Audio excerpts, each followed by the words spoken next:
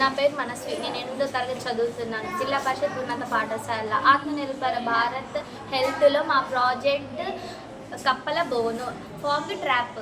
మా ప్రాంతంలో చాలా కప్పలు ఉంటున్నాయి.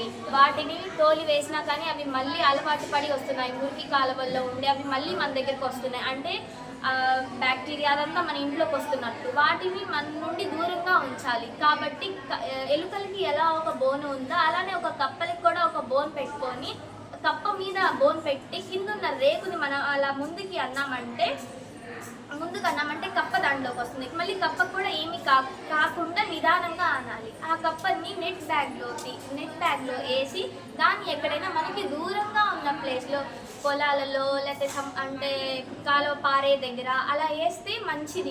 మనకి హెల్త్ కూడా మంచిగా ఉంటుంది.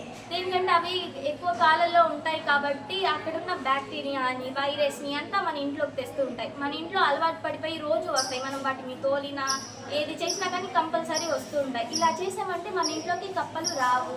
ఆల్మోస్ట్ మన దగ్గర ఉన్నవి ఆల్మోస్ట్ వేరే దగ్గరికి వెళ్ళిపోతాయి. మన చుట్టుపక్కల కప్పలు అనేది కనపడవు. బ్యాక్టీరియా ఇటువంటివి మన ఇంట్లోకి రావు. కాబట్టి వాటిని సురక్షితంగా వేరే దగ్గర వదిలేయడం మన బాధ్యత. వాటిని కూడా చంపకూడదు. వాటికి కూడా చాలా లైఫ్ ఉంది కాబట్టి ఎవరైనా కానీ కప్పలు కానీ మీ ఇంటి దగ్గర ఉన్నట్లయితే వాటిని ఇలా చేయండి.